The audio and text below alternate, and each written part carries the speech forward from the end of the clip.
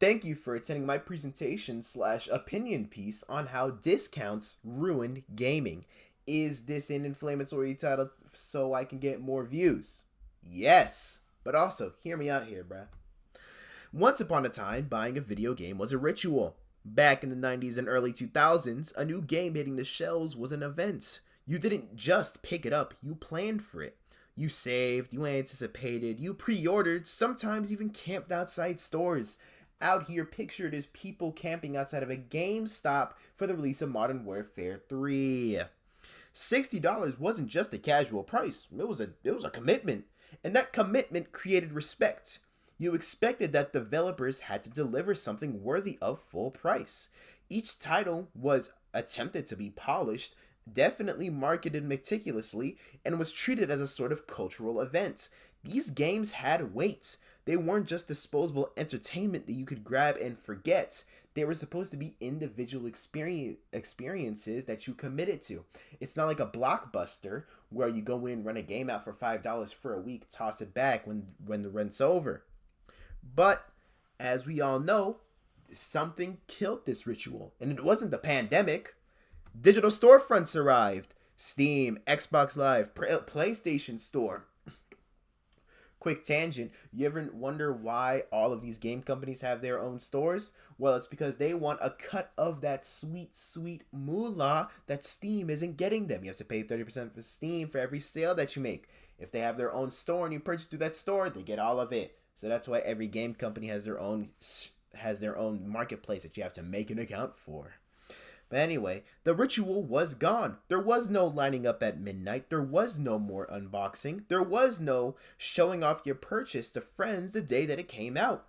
The game became a file downloaded in minutes from your couch or your chair. Convenience killed the ceremony of buying a game, and with it the perceived value of a launch. What once felt like a moment in time, a shared cultural event that fostered community, was now just another click of a mouse or press of a button. That intangible excitement, the thrill of being among the first to play, it just evaporated. Not to mention that you don't own the game anymore.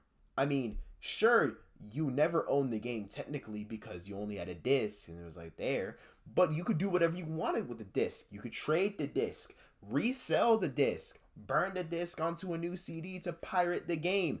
It was your disc. Now you purchase a digital license to play your games. You can't share it, you can't resell it, you definitely can't burn it, and it just really watered down the experience of buying a game. But what came from this was that, hey, we don't have to pay for these CDs anymore or these boxes anymore, or at least at a much lower share than what we do usually. So you know what that means? Discounts. And oh my god, a discount apocalypse. 50, 60, 70, 80% off.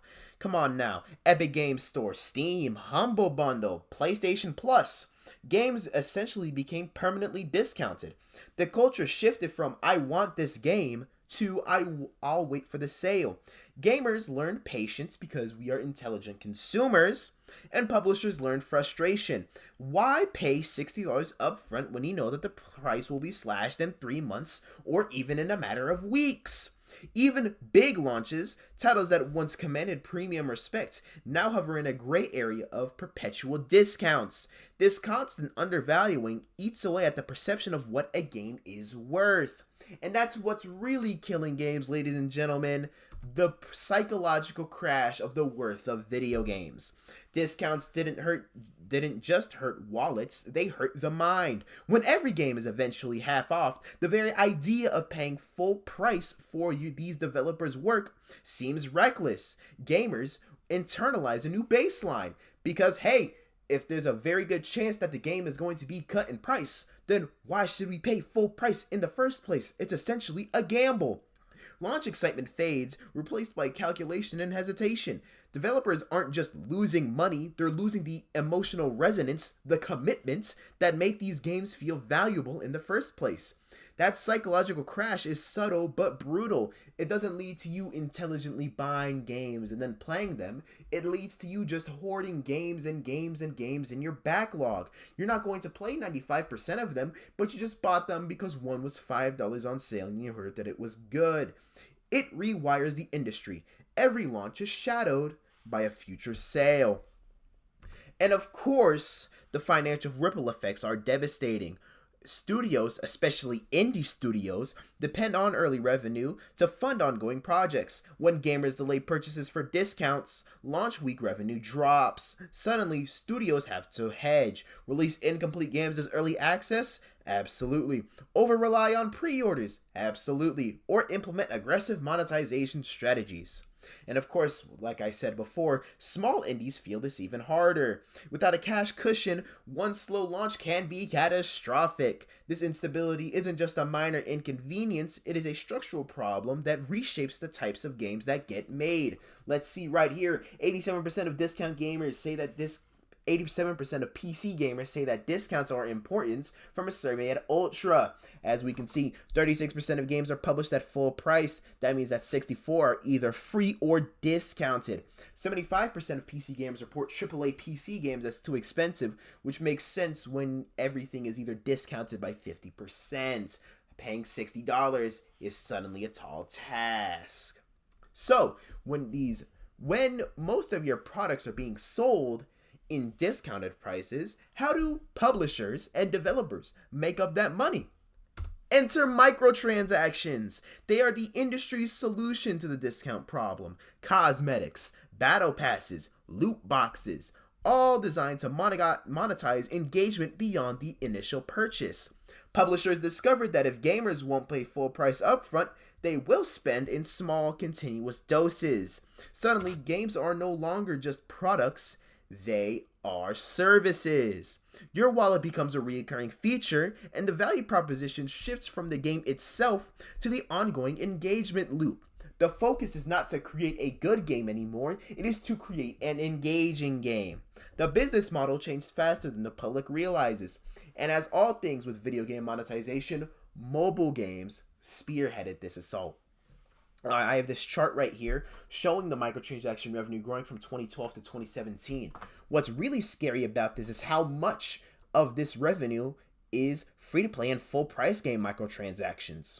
And this was pre-pandemic, which means that it's probably grown even higher. If I remember correctly, there's a statistic that said 58% of all PC game revenue is derivative from microtransactions. It's clear now that full price games are simply not being sold anymore. So of course, well, free to play exploded. Fortnite, Genshin Impact, PUBG Mobile, Honor of Kings. Games that you can start without spending a dime, but that monetize that engagement loop endlessly. Gacha systems and whatnot. This model thrives because it aligns perfectly with modern gamer psychology. Why buy a $60 title when you can play for free and spend $120 over time? The market shift is staggering. Full-price AAA games and full-price indie games now compete with infinite content delivered for zero upfront cost. And the kicker, most people are okay with it. I mean, some even embrace it. This is why, economically, the pendulum swung from premium launches to perpetual monetization.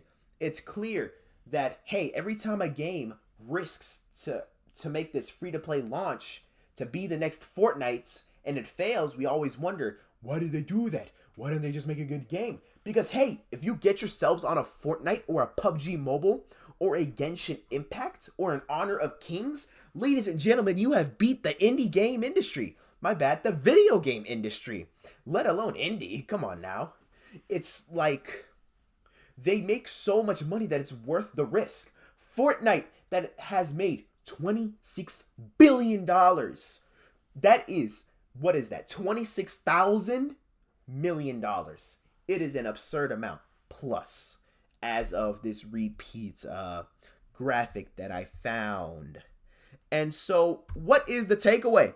Gaming's economic structure has fundamentally changed. Launch rituals, premium pricing, and perceived value have all eroded. Microtransactions and free-to-play models dominate because they cater to modern expectations. For the rest of the industry, the lesson is clear. The era of paying once for a polished experience is now over. Gaming is now a service, not a product, and that value proposition has shifted forever. I'm out.